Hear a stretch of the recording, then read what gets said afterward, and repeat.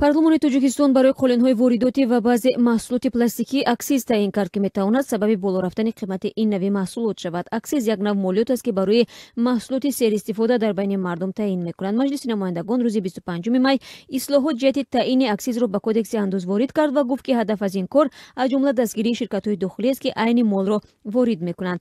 Толибхон Назимзода, вакили парлумон, дар шаҳри қарор гуфтааст, ҳадаф дастгирии истеҳсолкунандагони дохилӣ ва ҷилавгирӣ аз берун шудани асъори хориҷӣ мебошад. Ба гуфтаи вакили парлумон, андози аксизӣ ҳамчун фишанги танзимкунандаи истеҳсолоти ватанӣ барои воридоти маҳсулоти тайёри қолинӣ ва пластмасса ба истиснои воридоти ин молҳо аз давлатҳои аъзои созмони умумии ҷаҳонии савдо ҷорӣ карда мешавад. Аз ин баъд Тоҷикистон аз ҷумла аз қолин, маснуоти бурпечонии молҳо аз пластмасса ва ё зарфҳои бузурги пластикӣ андози изофӣ меситонад. Ба гуфтаи мақомоти расмӣ, соли 2017 ба Тоҷикистон ба маблағи бештар аз 3 миллиону 400 ҳазор доллар қолину дигар нави фарш ва ба маблағи бештар аз 74 миллион доллар маҳсулоти пластикӣ ворид карданд.